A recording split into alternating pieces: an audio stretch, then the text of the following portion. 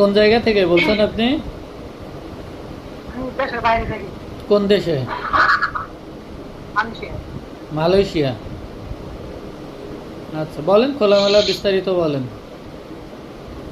আমার টাইমিংটা কম, দুধটা একটু পাতলা, তারপরে দুধগুলা অনেক সফট, ঠিক আছে?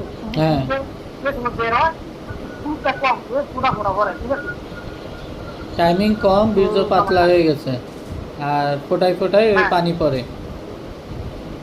হ্যাঁ, পানি পড়া মানে কি মনে করো যে সময়টা বের হয়, ওই সময় ফোটা ফোটা করে, মানে একটু ফুলের একটু দূরে যায় না, ঠিক আছে? হুম, বুঝতে আর পারছি। দুধটা একটু কম,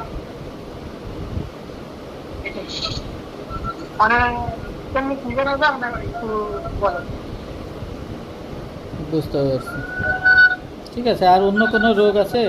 খাওয়া দাওয়ার কোনো সমস্যা? না, ঘুমের সমস্যা? প্রস্রাব না, পায়খানার?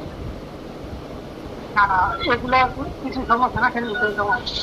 আমি 1.5 বছর